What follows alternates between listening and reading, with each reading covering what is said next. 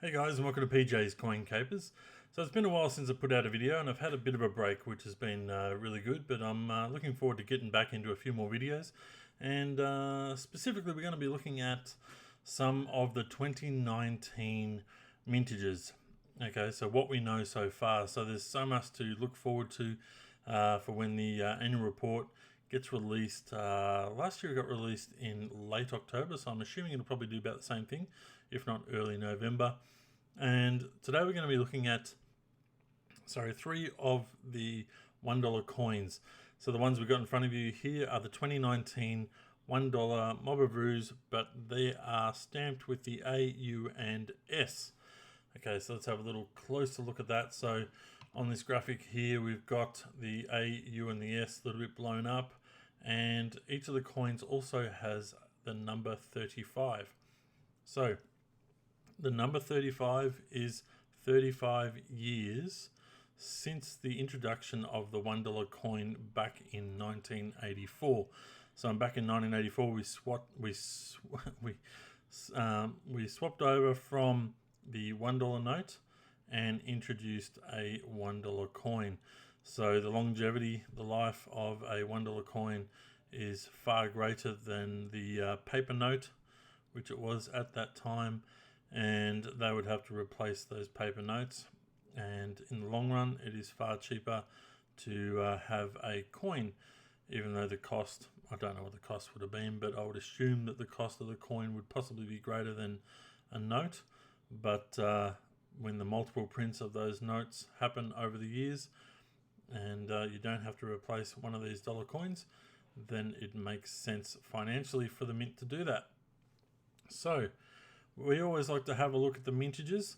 So we've logged onto the Royal Australian Mint website, and we can see here, which for the 2019 dollar coins, which are these three here that we're talking about today, the A, U, and the S, they have put out a mintage of 1.513, 1.512 million. So 1.5 million coins.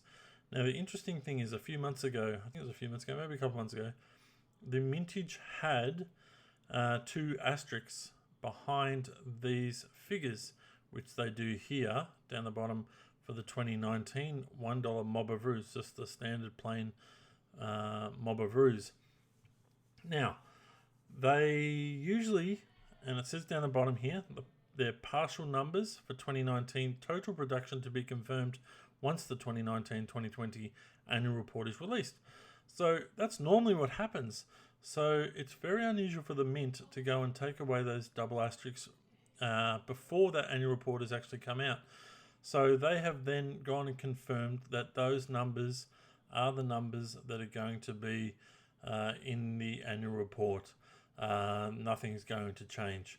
So yeah, highly unusual. So that's what we've got there, 1.5 million. So it's interesting to look back now. 1.5 million of any dollar coin is relatively low. Okay, so we look back over the years there, we can see the 2016, the 50th anniversary of decimal currency, which is currently the lowest minted $1 coin at just over 500,000. Another mention there is the 2015 100 Years of Anzac, and that is 1.4 million. And the only other one of note is the 2014 Mob of Ruse at just over 1 million. So let's have a look at eBay. We always try to have a look at eBay and see what prices are doing and what's on offer. So we'll try and scroll down through a few of these. And what you can see there is that most of the offerings, actually I should have a talk about this first. At the top of the screen there, so I've put in 2019 AUS $1 coins. Now, we've come up with 172 results, okay? Some of them are in individual coins, some of them are in sets. So as we're scrolling down here, we can see that there are a number in sets, and there's also a bag there. Now, these 2019 coins actually came out in late, probably around September, to be honest, of 2018. So they were still producing 2018 dollar coins at the same time they were producing these 2019 coins, and they put them in the same bag. So As you can see there, that offering there is for a mixed bag. Okay, so scrolling down, basically there are sets there for, or anywhere from, well, they're auctions, but buy it now for $8, $10, and another one was $12 up there, and a number of bags. So really we're more interested in the sale price, just to sort of see where these things are going. We know what the mintage is going to be. It's not going to be any higher than what it is, so, and it's not going to be any lower. So there's a set that's sold there for $5.90. It doesn't say uncirculated, so possibly taken out of circulation. Here's a set there for $15. There it says so uncirculated. So they'll be in very nice high grade. Another uncirculated set. So you can see predominantly people are selling these in sets, which is really the best way to buy them.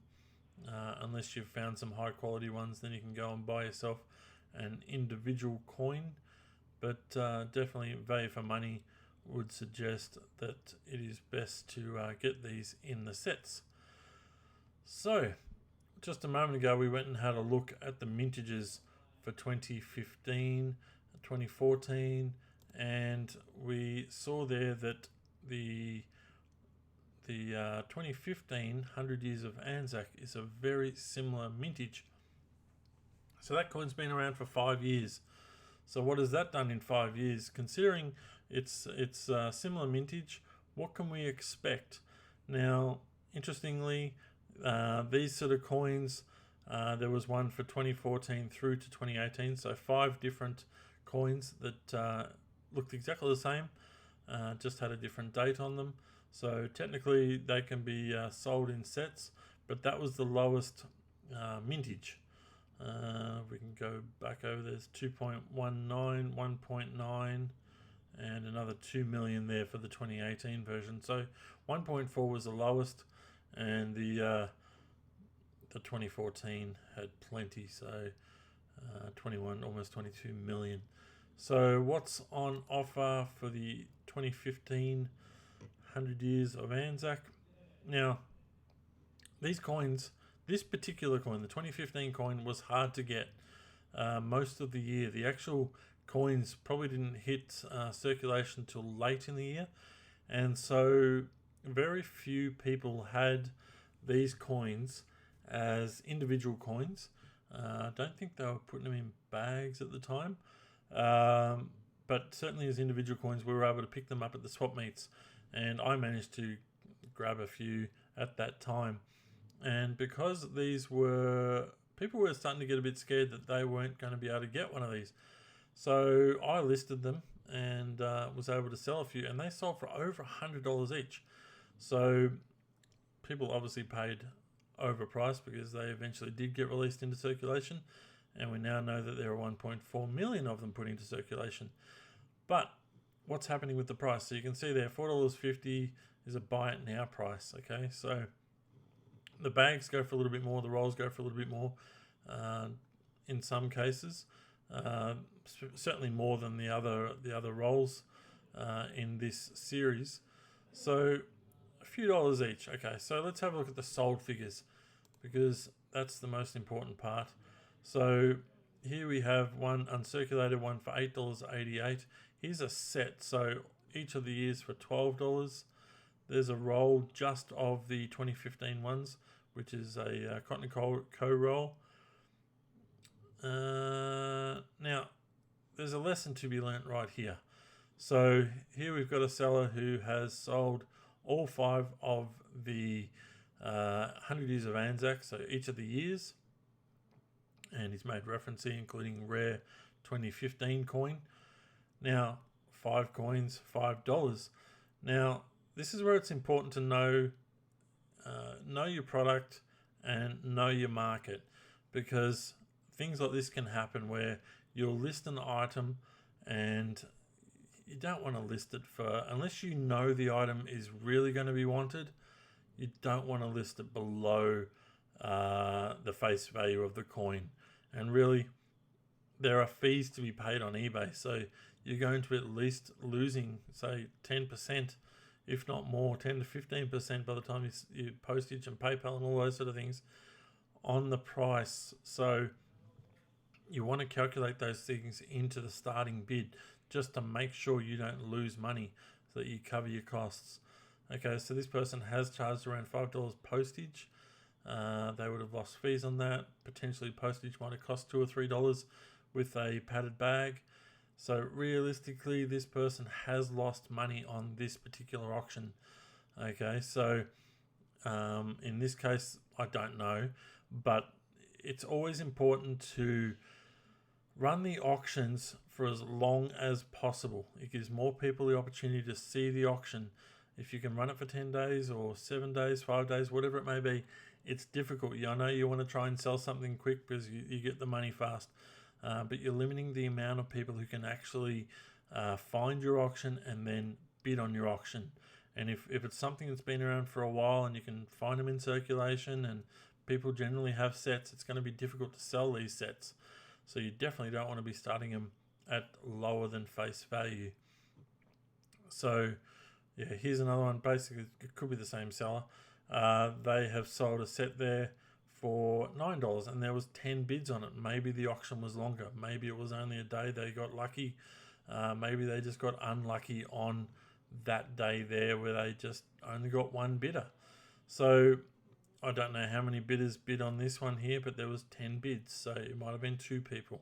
All you need is 2 people to start a bidding war, and prices can really move.